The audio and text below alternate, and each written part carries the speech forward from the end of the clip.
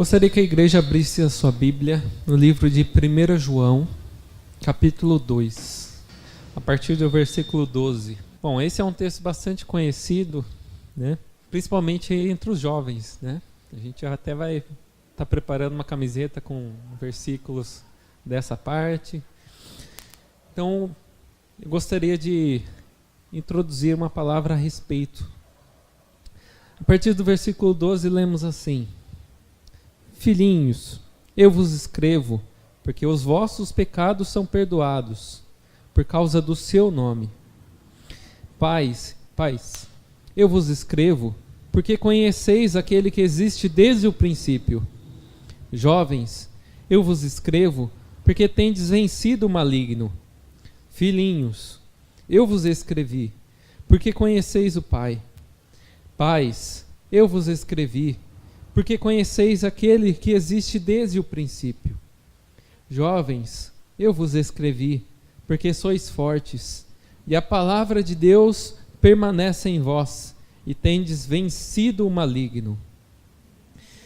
Não ameis o mundo, nem as coisas que há no mundo. Se alguém amar o mundo, o amor do Pai não está nele. Porque tudo que está no mundo, a concupiscência da carne, a concupiscência dos olhos e a soberba da vida não procede do Pai, mas procede do mundo. Ora, o mundo passa, bem como a sua concupiscência. Aquele, porém, que faz a vontade de Deus, permanece eternamente. Amém. Senhor, guia-nos nessa palavra, guia nossos corações para estarmos abertos e aperfeiçoar-nos em Ti, naquilo que a Tua palavra quer nos dizer, para que possamos aqui poder praticá-la, Senhor, e poder vivê-la, Senhor, intensamente a cada dia, Senhor. Que ela não seja uma mensagem que seja esquecida, assim, dentre muitas outras, mas é que ela possa transformar os nossos corações, desde os mais novos até os mais velhos, Senhor. Que o Senhor possa modificar e continuar fazendo a Tua obra em nossas vidas, Senhor. Em nome de Jesus. Amém. Bem, esse, como eu falei, é um texto bastante conhecido. E a palavra, às vezes, é tão perfeita porque é um texto muito conhecido. A gente vai lendo e relendo e ela vai trazendo novas mensagens, ela vai se renovando, né? E essa palavra bem conhecida, principalmente esse trecho sobre os jovens, né? Mas eu queria falar nela sobre, de modo geral, né? Uma interpretação que a gente pode fazer é que o apóstolo João aqui, ele fala para 3 pessoas. Ele fala filhinhos, pais e jovens. Eu gostaria de levar, né, essas 3 pessoas para outras 3 situações. Essas 3 situações poderiam ser os nossos estágios em nossas vidas, como os filhinhos sendo as crianças, os pais como a vida adulta por completo, adulto e velhice, e os jovens, os adolescentes e em si os jovens. Mas que também essas 3 etapas elas fossem em relação à nossa convivência com Deus, né? Então a criança se assemelharia aos filhinhos a quando nós nos achegamos à palavra a Cristo. Os jovens é quando estamos nos afirmando na palavra. E aí os mais experientes, os pais, os adultos, é quando são aqueles que já estão há muito tempo na palavra, já estão firmes, amadurecidos na palavra, né? Eu gostaria de, então, que a todo momento você fizesse essa relação, né? Aqui no texto, quando ele diz sobre os filhinhos, ele diz: eu vos escrevo porque vocês conhecem o Pai. E as crianças todas conhecem o Pai, né? Conhece o Deus. Se você perguntar para qualquer criança quem é Deus, Deus criou o céu, Deus é o Pai, né? É aquela lição mais básica que a gente ensina. E ele fala também: filhinhos, eu vos escrevi porque ele perdoa os seus pecados. E também é um nível que quando você se torna cristão, você conhece. Você se torna cristão, você sabe que Deus é o Pai e que Jesus, por meio de Jesus, ele perdoou os seus pecados. Esse primeiro nível. E como vocês sabem, as crianças e aqueles que estão recém-chegados na fé, eles precisam de cuidado. Eles precisam ser guiados para não se desviarem do caminho. Precisam ser conduzidos pela palavra. E esse é o papel de quem? Quem é que tem a experiência para conduzir, para ajudar as crianças e os recém-chegados na palavra? São os que têm mais experiência, que é que no caso ele chama como pais, né? Porque os pais já estão amadurecidos, eles já passaram por todos os estágios de provação, né? Os estágios de dificuldades financeiras, de amadurecimento da fé, e aí eles têm a experiência para passar para as crianças, para ensinar os caminhos corretos, né? E é por isso que aqui, quando ele se refere aos pais, ele já cita um outro nível. Ele já fala, porque vocês conhecessem aquele que existe desde o princípio. Quem é que existe desde o princípio? Jesus. Por que ele fala isso? Porque, apóstolo João, como que ele começa o seu evangelho? No princípio era o verbo, e o verbo estava com Deus, e o verbo era Deus. Ele estava no princípio com Deus. Todas as coisas foram feitas por intermédio dele, e sem ele, nada do que foi feito se fez. Então ele já escreve de uma forma, a respeito de Jesus, de uma forma espiritual. Jesus estava desde o início de tudo, desde a criação do mundo, era a luz da criação, né? E ele entende que os mais experientes já leram o Evangelho, já estão situados, então já entendem toda a parte por trás da palavra, a parte espiritual. Então, quem melhor do que esses para guiar os mais novos? E aí, por último, que são os mais difíceis, a fase mais complicada, né? A fase de maior tensão é os jovens. E aí, para os jovens, ele fala: eu vos escrevi porque sois fortes. E o que seria essa força nos jovens? Seria força física? Seria que os jovens são fortes, igual Sansão? Seria alguma força espiritual, né?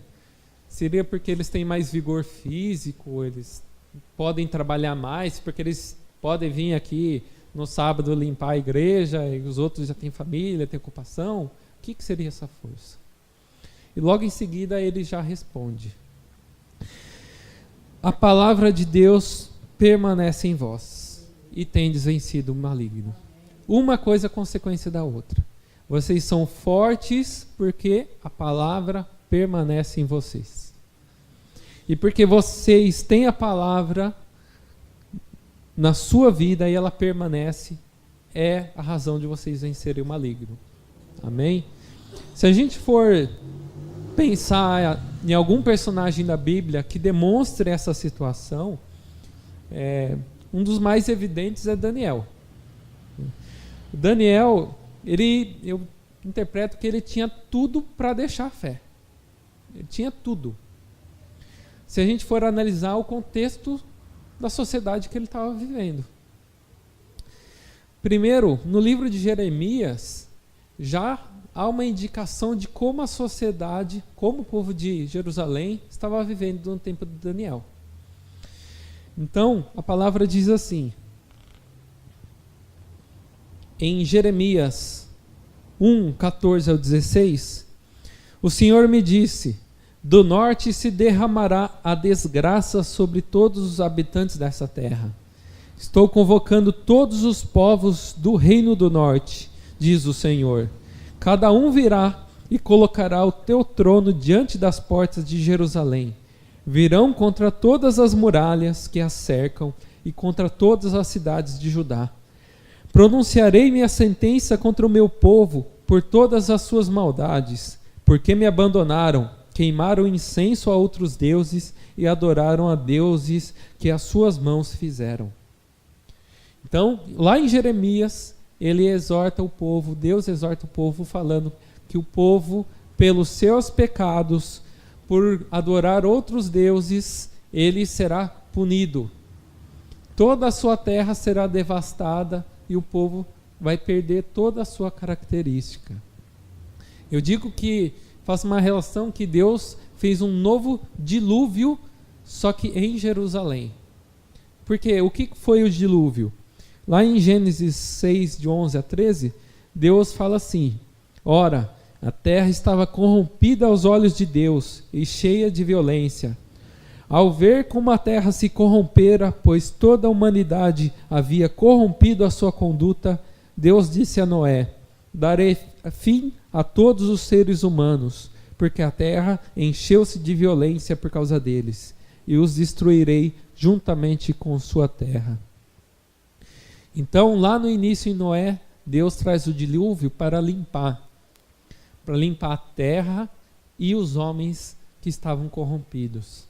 E mais uma vez, quando Deus, depois de fazer todos os milagres, de libertar o povo da escravidão, de entregar a terra prometida, de livrar a terra de todos os inimigos, de estabelecer a sociedade que Deus prometeu, que Deus cumpriu a promessa, o povo se corrompeu.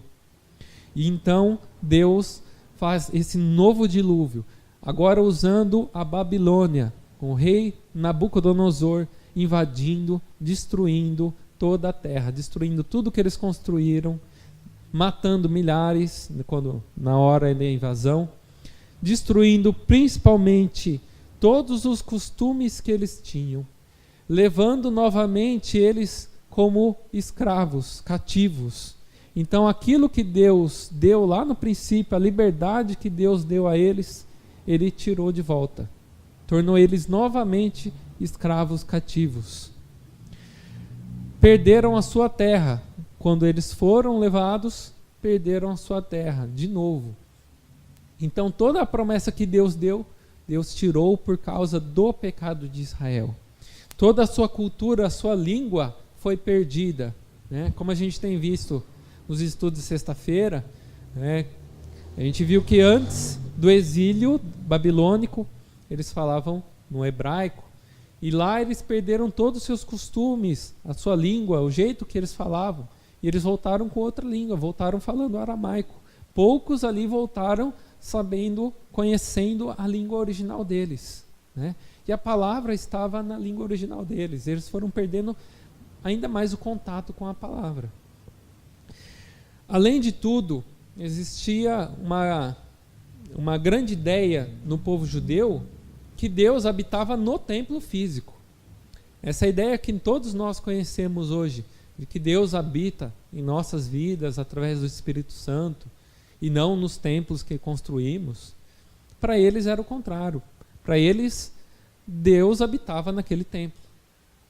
Mas e quando Deus se manifestava no deserto, quando eles estavam chegando à terra? Deus se manifestava no tabernáculo junto da arca.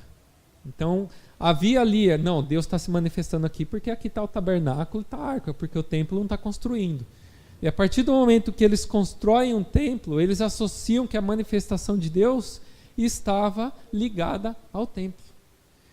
E então quando os babilônicos chegam e destroem o templo, eles ficam assustados. Nossa, perdemos a conexão com o nosso Deus.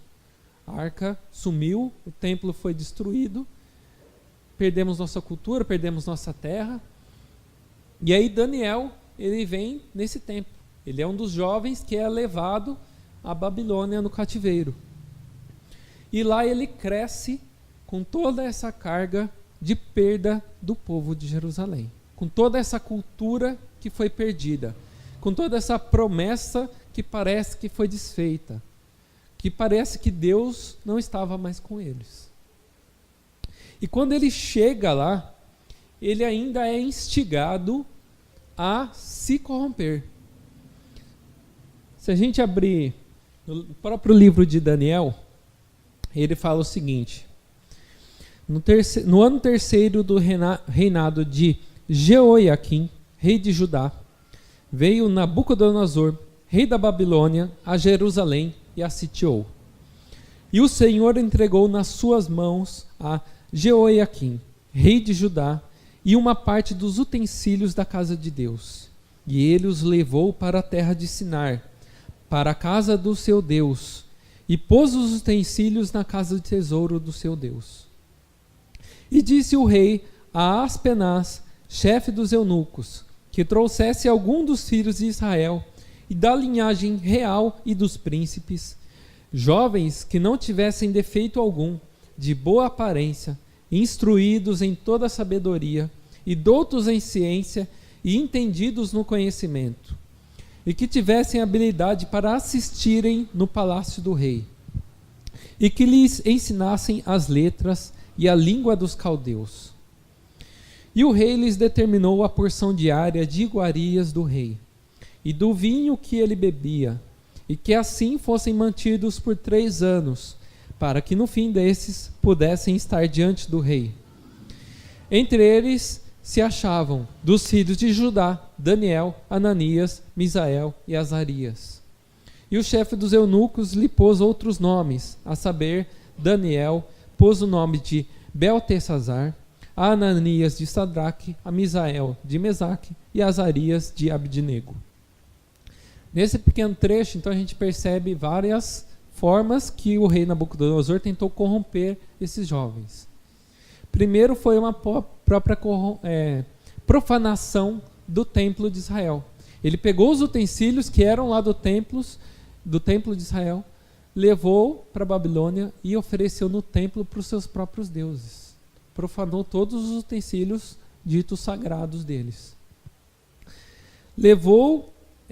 Chamou Daniel e os seus amigos e instruiu que eles se alimentassem da comida do rei. E essa comida era a comida oferecida aos deuses, era a comida profanada aos deuses da Babilônia. E é por isso que quando a gente lê e fala, por que Daniel não se recusou a comer essa comida? Porque ele sabia que essa comida era oferecida. Além disso, ele mudou o nome deles. Por que ele mudou o nome? Não é só uma questão de língua, é também de significado. O nome de Daniel significa Deus é o meu juiz. E quando Nabucodonosor muda seu nome para Beltesazar, ele significa príncipe de Bel. Bel, que é o equivalente a Baal ou Marduk. Então ele seria um príncipe de Baal, Daniel. Então ele profanou o templo, profanou a alimentação deles, profanou o próprio nome. E eles deveriam ter instruídos, né, na língua dos caldeus, iam perder a língua. Então é um jovem que o seu contexto social, o seu povo perdeu todas as características, perdeu todas as promessas.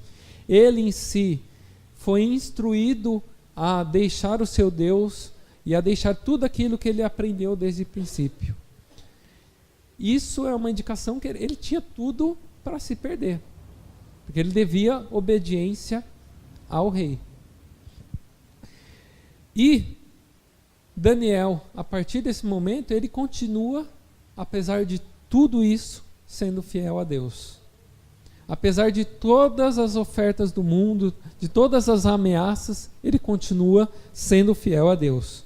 Mesmo com a ameaça da morte, ameaça de uma outra indicação que ele deveria se prostrar à estátua de ouro do rei, e ele se recusou, e aí eles foram levados à fornalha de fogo ardente para morrerem. Então, mesmo sobre a ameaça de morte, ele não deixou a Deus. Isso mostra uma grande força de Daniel. E vocês veem que não é a força física, é a força de resistir ao mundo, resistir ao pecado. E apesar de tudo lutar contra ele e a sua fé, ele resistiu e permaneceu na fé. E a consequência disso, todos sabem, o livramento da fornalha ardente, né, com a manifestação divina salvando eles. E aí, a partir daquele momento, ele mostra, além de Daniel, a todo o povo de Israel uma grande lição. Aquilo que eu falei, que o povo acreditava que Deus se manifestava somente no templo, se provou o contrário. Através dessa história, Deus mostrou ao povo de Israel que ele estaria aonde o seu povo estivesse, povo esse que respeitasse todos os mandamentos de Deus, que buscasse a Deus de todo o coração, onde quer que eles estivessem, mesmo na casa do inimigo, Deus estaria lá. Não era mais o templo, não era mais o lugar, era o coração, e Deus acompanharia a vida de todos aqueles que nele crescem. Amém? Depois de passado ainda, a gente vê no livro de Daniel, passado todo o tempo que ele cresceu, se amadureceu, já com mais idade, é que vem aquela história da cova dos leões, né? Aí Daniel ele já se torna, como aqui no João descreve, como o pai, como o experiente na fé. Porque aí quando ele foi jogado na cova, ele já tinha toda a experiência, né, de que Deus o resgataria, que Deus continuaria fiel à sua vida, que Deus o salvaria. Então é esse o papel desses que estão firmes, desses que estão há muito tempo e que têm a experiência de passar os jovens. Ó, eu já passei pela fornalha, agora essa cova aqui não vai ser nada, porque Deus vai continuar me livrando, porque eu já tenho a experiência do passado. Amém? Essa então é a relação que eu queria fazer sobre a vida de Daniel e o que nós vivemos hoje em dia.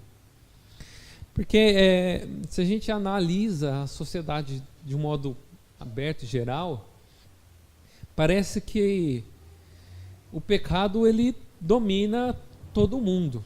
E de uma forma tão intensa que parece que assim, se a gente for lendo a Bíblia e falando, ó, o pecado do povo aqui, esse foi o pecado. Agora, mais para frente, esse outro tipo de pecado, idolatria. Agora, esse outro, estão se apostatando da fé. Parece que tudo hoje em dia está acumulado. Parece que não foi uma evolução, mas foram se juntando todos os pecados e sendo apresentados hoje em dia. De uma forma mais intensa, de uma outra forma, mas ela se apresenta. Por exemplo, a idolatria hoje, a gente pode falar sobre as religiões, mas a gente pode falar de outros tipos de idolatria que estão camuflados na sociedade, que fazem o jovem, às vezes, não saber a distinção do que é idolatria e o que não é. Muitos jovens podem pensar que a idolatria é somente uma religião que adora ainda estátuas, uma religião que adora vários outros deuses. Mas a idolatria está espalhada na sociedade, mesmo para quem não tem religião. Principalmente para os que não têm religião. A gente vê hoje em dia algo que nunca houve na história antes. Com a tecnologia, há séculos atrás, se uma pessoa era famosa, ela era famosa no seu círculo. Ela tinha influência sobre aquele círculo de pessoas que estavam ali ao redor delas. Se ela ficasse muito conhecida, ia levar anos, mas as pessoas de longe iam falar, eu conheço fulano de lá, eu vi a história dele, parece que ele fez tal coisa. Mas hoje em dia, a partir da mídia, digo até da criação do rádio e da TV, e agora com o desenvolvimento da internet, qualquer um pode se tornar um famoso do dia para a noite, e as pessoas idolatrarem aquela pessoa de uma forma intensa. E a gente vê pecados associados a isso todo dia na TV. Né? Você vê shows de mega cantores que fazem coisas absurdas e os jovens adorando. E você vê que o público principal são os jovens. Né?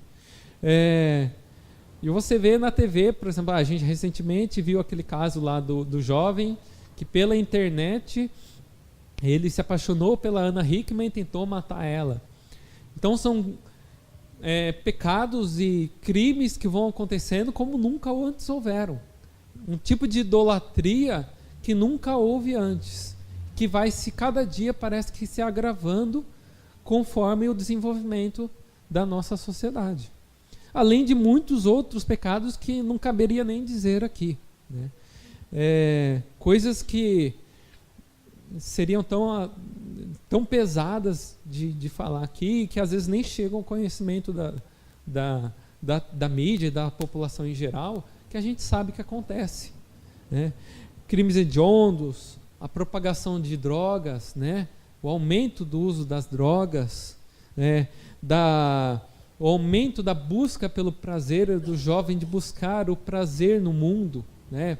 O prazer em diversas coisas, em prazer na mídia, em filmes, em música, em tudo mais. Tudo isso lutando principalmente na mente dos jovens. Toda essa cultura que está em volta do jovem, que faz busca ele se perder no caminho, busca fazer ele se perder a identidade também. Assim como eu falei que o povo de Daniel perdeu sua identidade, hoje em dia a gente vê uma identidade cultural do povo de um modo bem bagunçado. A gente vê jovens aqui, a gente escuta música americana, música japonesa, música da Europa, a gente assiste filmes japoneses, filmes indianos, filmes do mundo inteiro, então a cultura do mundo inteiro vai se fundindo. Então a gente tem os jovens que usam a gíria americana, que usam, e tudo que vem junto com essa cultura, imerso nessa cultura, vai se misturando em nossas vidas. E a gente não sabe às vezes distinguir o que é o certo e o que é errado. Como eu falei, hoje em dia não é tão fácil de se separar como era no tempo de Daniel. Você falar, isso aqui é idolatria. E hoje em dia, como que a gente sabe os limites de tudo isso? Como que a gente sabe separar o que a gente pode, até onde a gente pode absorver essa cultura, até onde a gente vai chegar, onde a gente não pode? Os mais velhos, como eu disse, têm mais experiência de saber separar, saber se santificar, de separar, de continuar separando isso e guardando a sua fé. Mas os jovens estão muito mais imersos nessa cultura e muito mais facilmente eles podem ser derrubados da sua fé a partir dela. Ainda mais o jovem cristão, que lida com todos esses dilemas e além dos dilemas pessoais de crescimento, as dúvidas, né? Todas as dúvidas que o jovem mesmo tem do que deve fazer, né? Qual carreira seguir, do que ele é, a sua identidade pessoal, tudo isso luta contra o jovem cristão. Como que ele deve tratar com a cultura? Ele deve se identificar com a cultura lá fora? Se deve se identificar com a cultura só da igreja? Ele não pode misturar. Tudo isso é um turbilhão que vai levando nossos jovens, uns a caírem e outros a permanecerem, mas outros a permanecerem com a fé abalada. E aí é que está o papel dos pais, dos mais experientes, do trabalho com os jovens, de tentar fazer eles entenderem qual caminho e orientar qual caminho eles devem seguir. Mas é inevitável, apesar de todos os nossos esforços e orações, que alguns deles vão seguir aquele caminho do jovem pródigo, do filho pródigo. Alguns deles, naturalmente, vão sentir o anseio de sair para o mundo e buscar as coisas do mundo, sentir o prazer do mundo.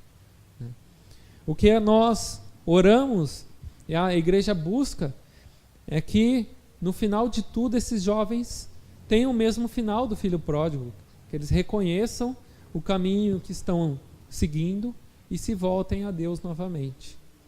E aí é que os mais velhos têm um papel fundamental na oração e na busca e no ensino.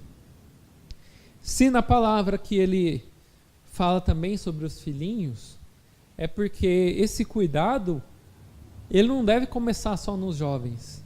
É um cuidado que tem que ser feito desde as crianças, né? Porque se você cuida do seu filho e deixa, ele é muito pequeno, eu vou deixar ele crescer como uma criança normal, quando ele crescer eu vou ensinar, dar a escolha para ele qual caminho ele quer seguir, se ele quer seguir a igreja. Isso é um risco muito grande, né? Ele pode já, na hora que você vai tentar fazer isso, ele já está imerso em toda essa cultura do mundo. Ele vai sendo levado, sendo arrastado por toda essa cultura.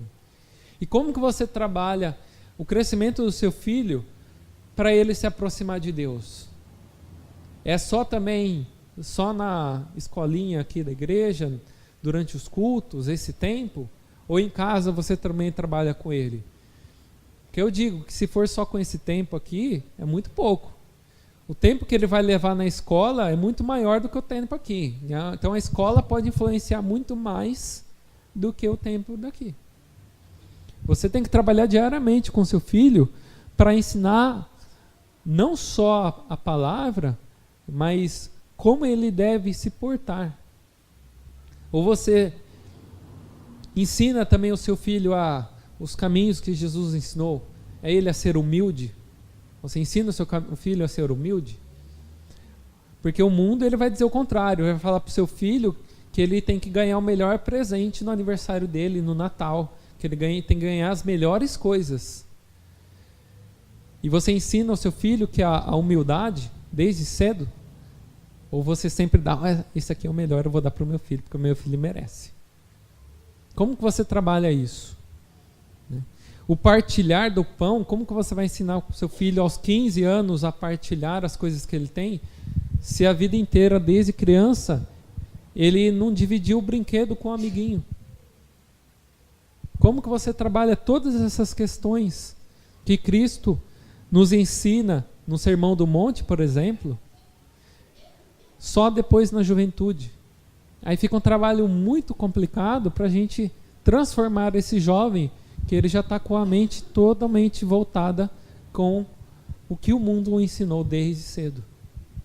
Então esse trabalho ele é um trabalho de muita responsabilidade para os mais velhos, mais firmes. Assim como também esse período da juventude, como eu falei lá no início, que se relaciona às pessoas que estão num médio amadurecimento da fé, é o tempo de grande provação. A pessoa, quando ela chega na fé, né, ela conhece o básico, é como se fosse as crianças, elas são ensinadas no caminho básico de Deus, mas conforme elas vão se aproximando mais de Deus, vão vindo os dilemas. Será que a criação do mundo ali é realmente fiel, como está na Bíblia? E aí ouvir falar da teologia aí, do calvinismo, do arminianismo, será que é esse caminho que eu devo seguir? Será que é esse outro caminho? Será que somos escolhidos? Será que nós temos a liberdade?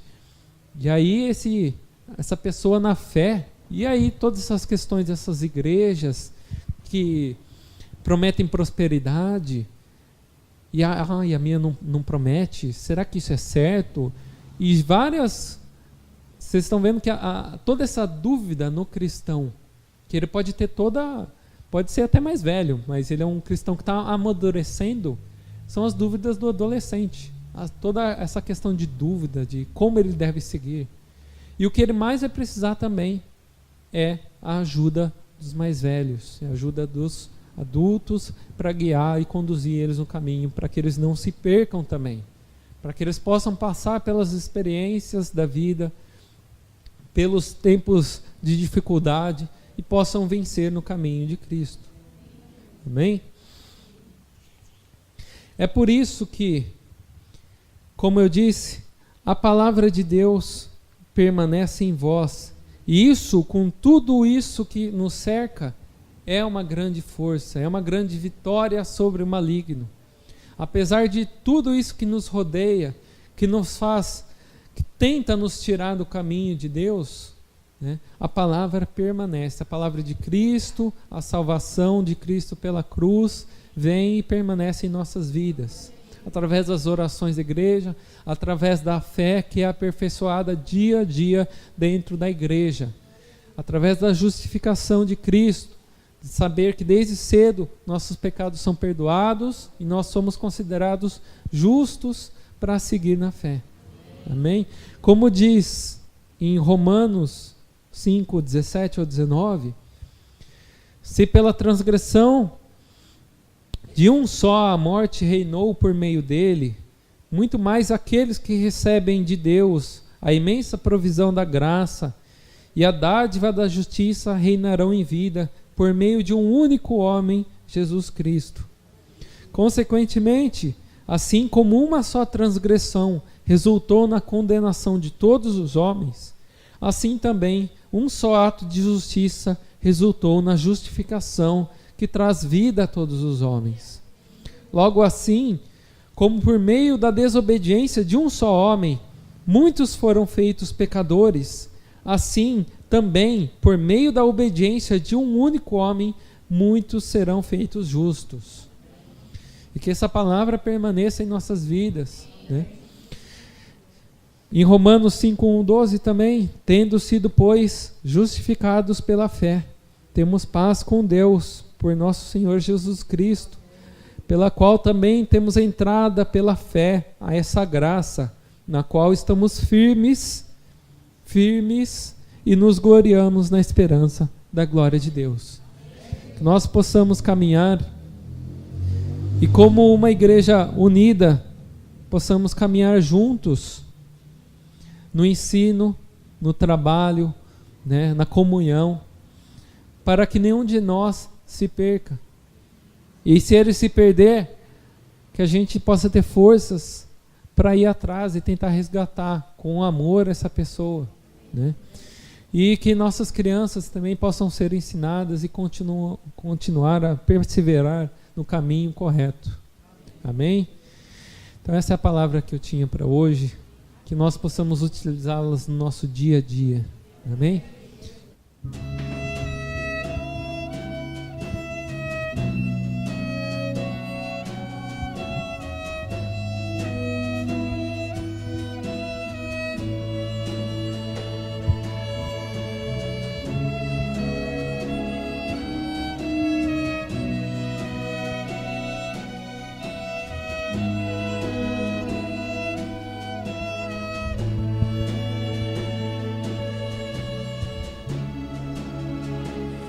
Louvar-te é bem mais do que eu mereço.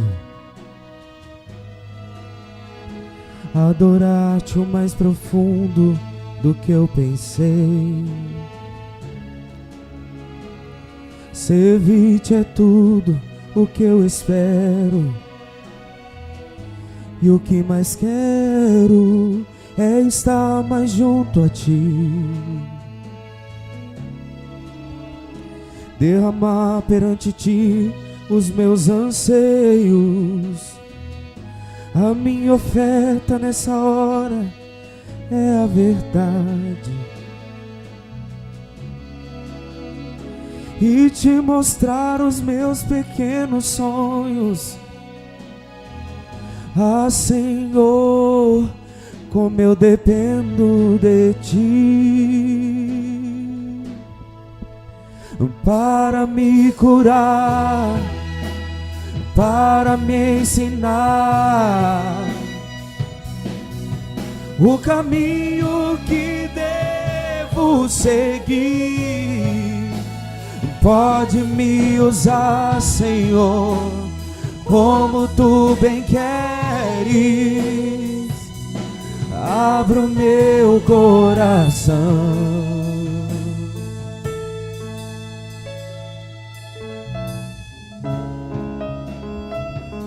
Louvar-te é bem mais do que eu mereço. Adorar-te o mais profundo do que eu pensei. Servir-te é tudo o que eu espero. E o que mais quero é estar mais junto a ti. Derramar perante ti os meus anseios. A minha oferta nessa hora é essa música, ó Pai. E te mostrar os meus pequenos sonhos. Ah, Senhor, como eu dependo de Ti para me curar, para me ensinar o caminho que devo seguir. Pode me usar, Senhor, como Tu bem queres. Abra o meu coração para me curar, para me ensinar o caminho que devo seguir. Pode me usar, Senhor, como Tu bem queres. Abra o meu coração.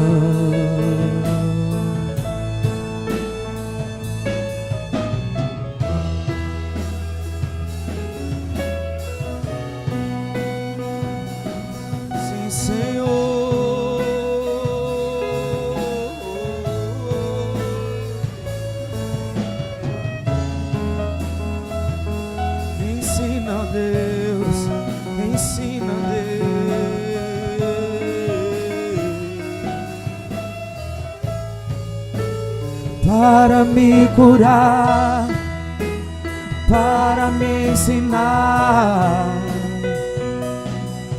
o caminho que devo seguir. Pode me usar, Senhor, como Tu bem queres. Abra o meu coração.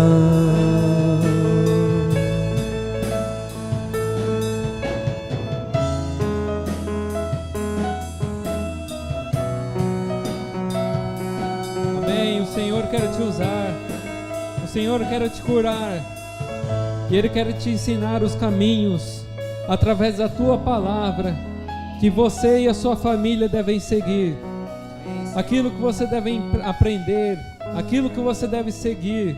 Só a palavra pode te guiar, só a palavra pode te conduzir ao caminho da vida eterna, ao caminho que Cristo abriu na sua cruz.